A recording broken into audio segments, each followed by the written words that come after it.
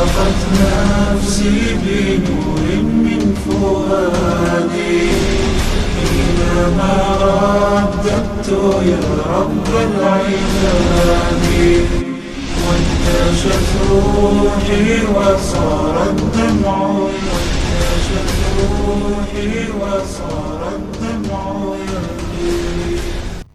السلام علیکم ورحمۃ اللہ وبرکاتہ. نحمده ونصلي على رسوله الكريم اما بعد فاعوذ باللہ من الشیطان الرجیم. بسم اللہ الرحمن الرحیم. وما من دابة في الارض الا على الله رزقها ويعلم مستقرها ومستودعها. صدق اللہ العظیم. محترم ناظرین کرام، سٹی انڈیا ٹی وی کے اسلامک چینل پہ آپ سب کا استقبال ہے. خلاصہ قرآن آپ کے سامنے 11ویں پارے کا پیش کیا گیا تھا. آج انشاءاللہ ہم 12ویں پارے کا خلاصہ سنیں گے، سماعت کریں گے.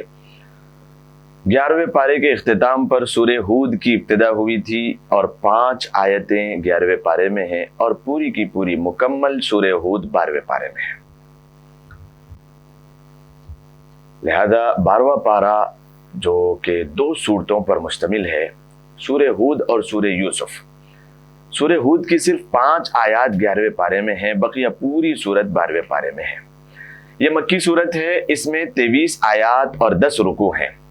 اس سورت کی جو ابتدا میں قرآن کریم کی عظمت شان کو بیان کیا گیا ہے کہ یہ اپنی آیات، معانی اور مضامین کے اعتبار سے محکم کتاب ہے اور اس میں کسی بھی اعتبار سے فساد اور خلل نہیں آ سکتا اور نہ اس میں کوئی تعارض یا تناقض پایا جاتا ہے.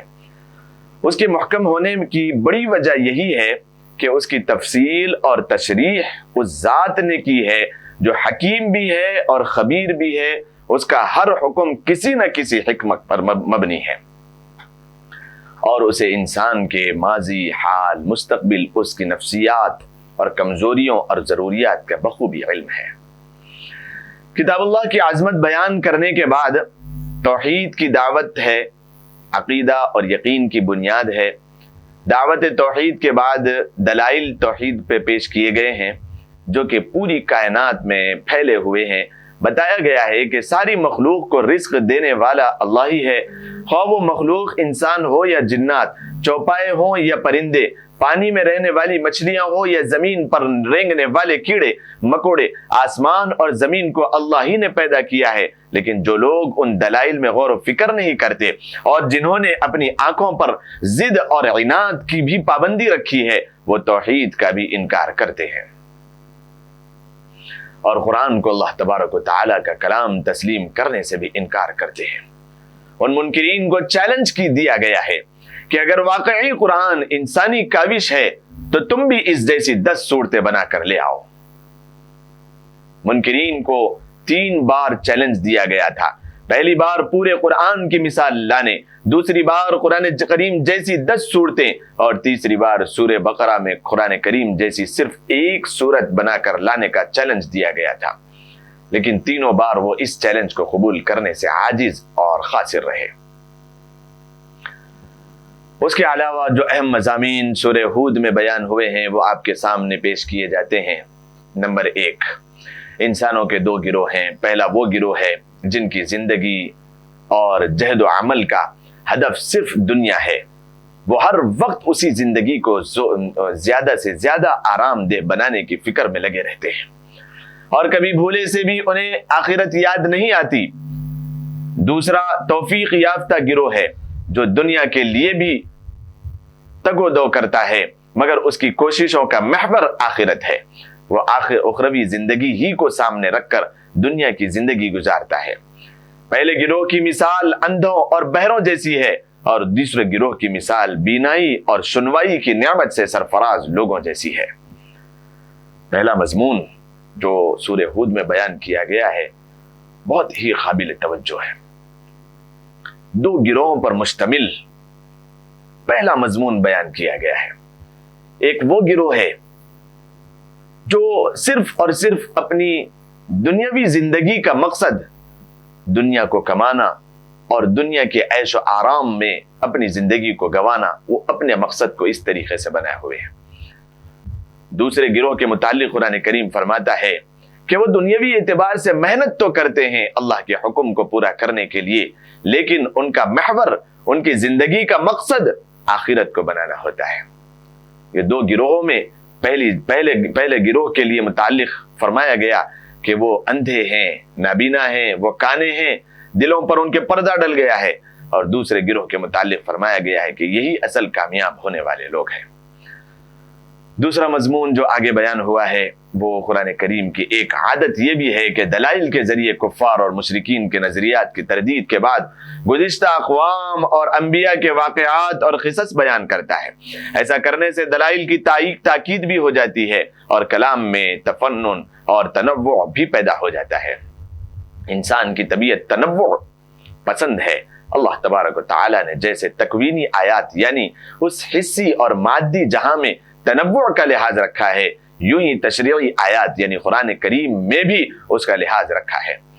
آپ حصی جہاں میں دیکھیں تو لمحہ بلمحہ مناظر، موسم اور اوقات بدلتے جاتے ہیں، کہیں پھول، کہیں کانٹے، کہیں بلند و بالا پہاڑ، کہیں ہموار میدان، کہیں دریاؤں کی سرکش موجیں، کہیں اڑتی ہوئی خاک، پھر کبھی سردی، کبھی گرمی، کبھی بہار، کبھی خزاں، کبھی صبح، کبھی دوپہر اور کبھی شام۔ یوں ہی اس تشریعی جہاں میں مضامین بدلتے رہتے ہیں، احکام کے ساتھ اخبار، دلائل کے ساتھ قصص و واقعات، مواعظ کے ساتھ جنت اور جہنم کے مناظر، بشارت کے ساتھ انداز اور وعدوں کے ساتھ وعیدوں کا بھی بیان ساتھ ساتھ چلتا رہتا ہے۔ اور کلام ایک اسلوب سے دوسرے اسلوب کی طرف، ایک منظر سے دوسرے منظر کی طرف، ایک قصے سے دوسرے قصے کی طرف اور ایک مضمون سے دوسرے مضمون کی طرف منتقل ہوتا جاتا ہے، اور پڑھنے سننے والا اکتاہٹ کا شکار نہیں ہوتا۔ سورہ ہود میں بھی قرآن کے اس خاص انداز کی جھلک نمایاں دکھائی دیتی ہے۔ پہلے قرآن کی صداقت اور توحید و رسالت کی حقانیت کے دلائل ذکر کیے گئے، اس کے بعد حضرت نوح، حضرت ہود، حضرت صالح اور حضرت لوط، حضرت شعیب، حضرت موسیٰ اور حضرت ہارون علیہ السلام کے قصے بیان کیے گئے ہیں۔ یہ تمام قصے وحی کے اثبات، محمد مصطفیٰ صلی اللہ علیہ وسلم کی نبوت کی سچی اور قرآن کریم کے معجزے ہونے کو بیان کرنے کے لیے لائے گئے ہیں۔ مشرکین مکہ بخوبی جانتے تھے کہ حضور اکرم صلی اللہ علیہ وسلم امی ہیں، آپ نہ قرات جانتے ہیں، نہ ہی کتابت سے آشنا ہے، اور نہ ہی آپ نے کسی کی شاگردگی اختیار کی، لیکن اس کے باوجود اتنی صحت، باریکی اور کامل درجے کی درستگی کے ساتھ ساتھ ان واقعات کو بیان کرنا وحی کے بغیر کیسے ممکن ہو سکتا تھا؟ خود قرآن کریم نے اس نقطے کی طرف متوجہ کرنے کے لیے انبیاء اور مرسلین کے واقعات بیان کرنے کے بعد عام طور پر وحی اور نبوت کا تذکرہ کیا کرتا ہے۔ زیر نظر صورت میں حضرت نوح علیہ السلام کا واقعہ بیان کرنے کے بعد آخر میں فرمایا، یہ حالات و واقعات غیب کی خبروں میں سے ہے جو ہم تمہاری طرف بھیجتے ہیں، اس سے پہلے نہ تو تم ان کو جانتے تھے اور نہ ہی تمہاری قوم جانتی تھی، بس صبر کرو کہ پرہیزگاروں ہی کا انجام اچھا ہوتا ہے۔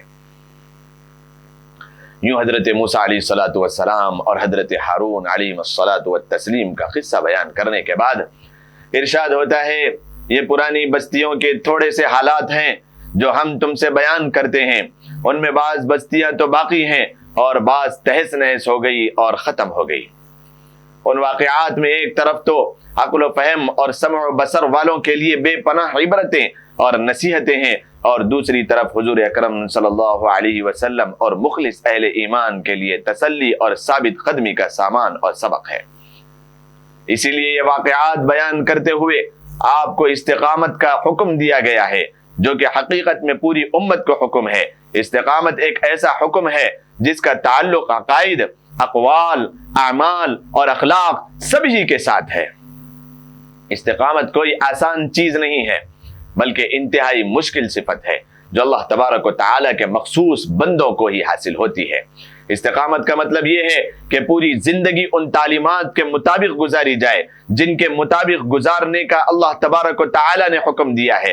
حضرت عبداللہ ابن عباس رضی اللہ تعالی عنہ فرماتے ہیں کہ رسول اللہ صلی اللہ علیہ وسلم پر اس آیت سے زیادہ سخت آیت کوئی نازل نہیں ہوئی۔ صحابہ کرام رضوان اللہ تعالی علیہم اجمعین نے ایک موقع پر ریش مبارک میں چند سفید بال دیکھتے ہوئے عرض کیا، یا رسول اللہ صلی اللہ علیہ وسلم بڑھاپا تیزی سے آ رہا ہے، تو آپ صلی اللہ علیہ وسلم نے فرمایا مجھے ہود اور اس جیسی دوسری صورتوں نے بوڑھا کر دیا ہے۔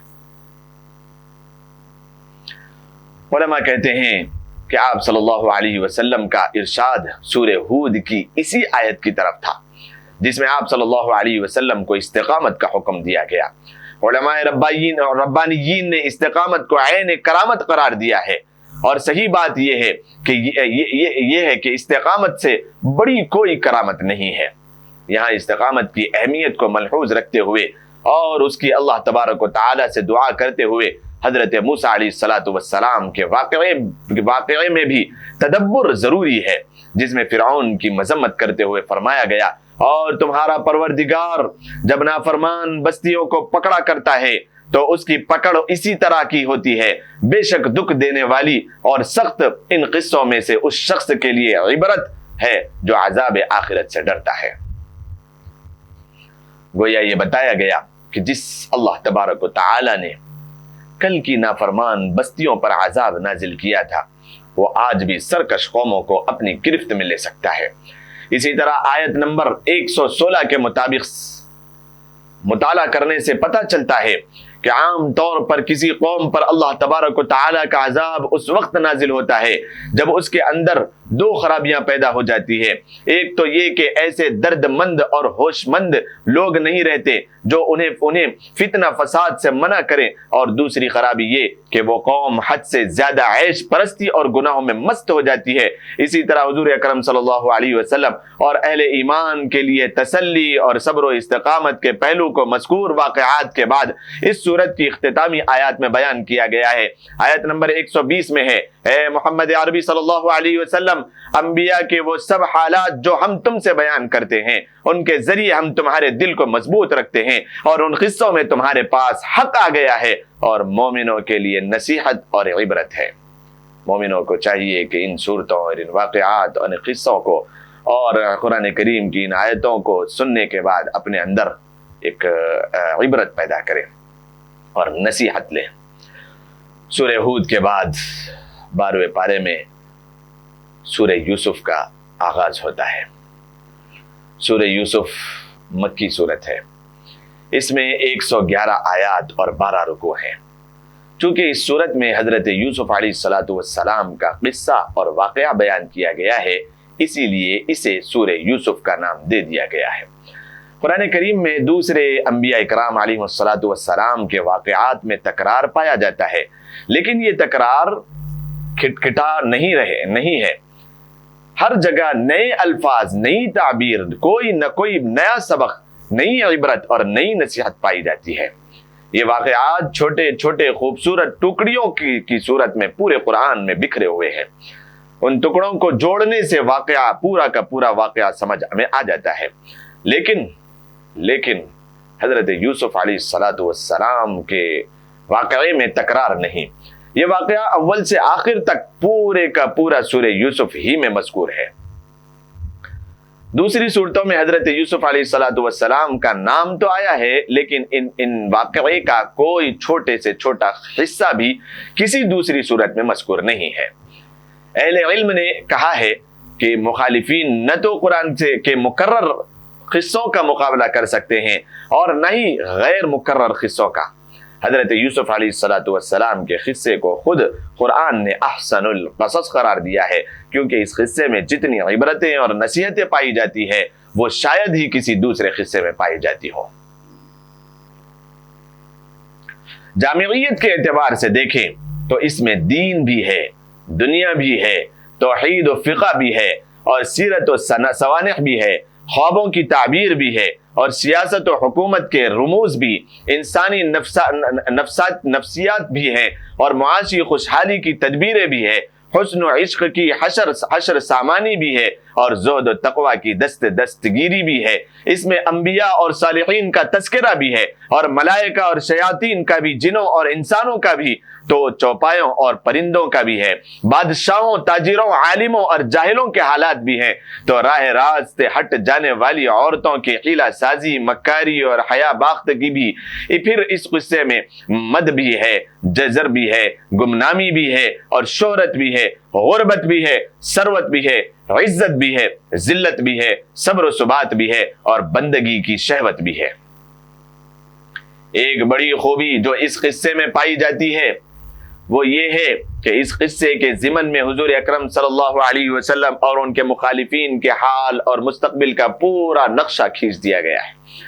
یوسف علیہ السلام کی طرف ہمارے آقا نامدار احمد مجتبی محمد مصطفیٰ صلی اللہ علیہ وسلم کے ساتھ بھی قریشی بھائیوں نے حسد کیا، قتل کے مشورے کیے، آپ کو مکہ چھوڑنا پڑا، 3 دن تک غار ثور میں روپوش ہونا پڑا، وہاں سے مدینہ ہجرت فرما گئے، وہاں بتدریج آپ کو عروج و زوال حاصل ہوا، یہاں تک کہ آپ صلی اللہ علیہ وسلم پہلی اسلامی مملکت کے سربراہ بن گئے۔ مکہ فتح ہوا تو قریشی بھائی نادم و شرمندہ ہوئے، انہیں آپ کے سامنے سراپگندہ ہونا پڑا۔ اسے حسن اتفاق کہیے یا عمد اور قصد کے اس موقع پر آپ نے فرمایا، میں تم سے وہی بات کہتا ہوں جو میرے بھائی یوسف علیہ السلام نے اپنے بھائیوں سے کہی تھی، جاؤ تم آزاد ہو، تم پر کوئی الزام نہیں ہے۔ سیدنا یوسف علیہ السلام کا قصہ اس قدر مشہور ہے کہ حقیقی مسلمان گھرانوں کے بچوں تک کو ازبر ہے، اس لیے اس کی تفصیل بیان کرنے کی ضرورت نہیں، البتہ اجمالی طور پر ہم اسے بیان کر کے ان بصائر و عبر کو بیان کرنے پر خصوصی توجہ دیں گے جو اس قصے سے ہم کو حاصل ہوتی ہے۔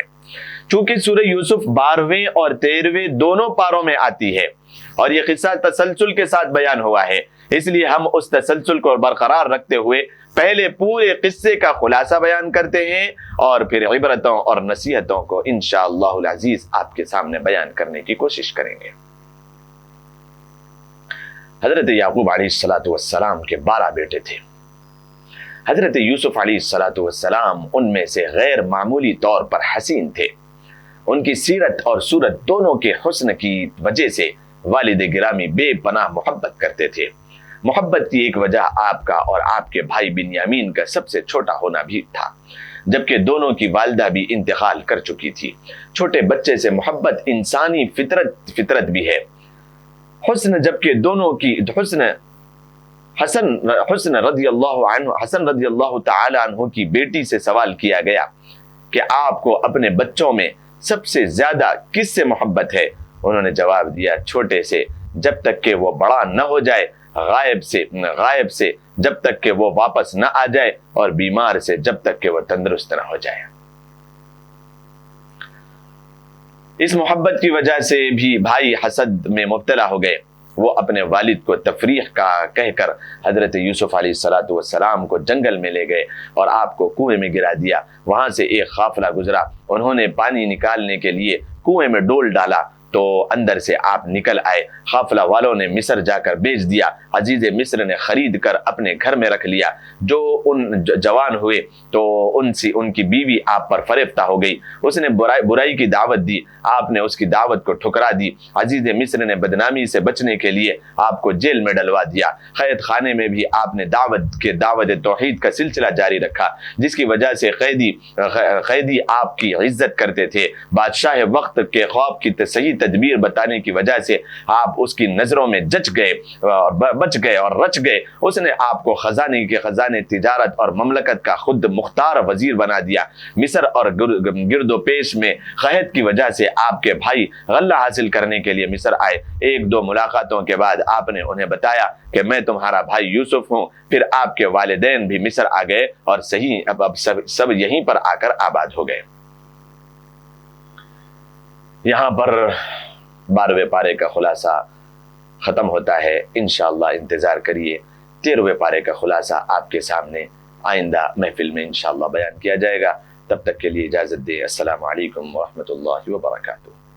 اشرقت نفسي بنور من فوق فؤادي حينما رددت يا رب العباد وانتشت روحي وصار الدمع وانتشت روحي وصار الدمع يهدي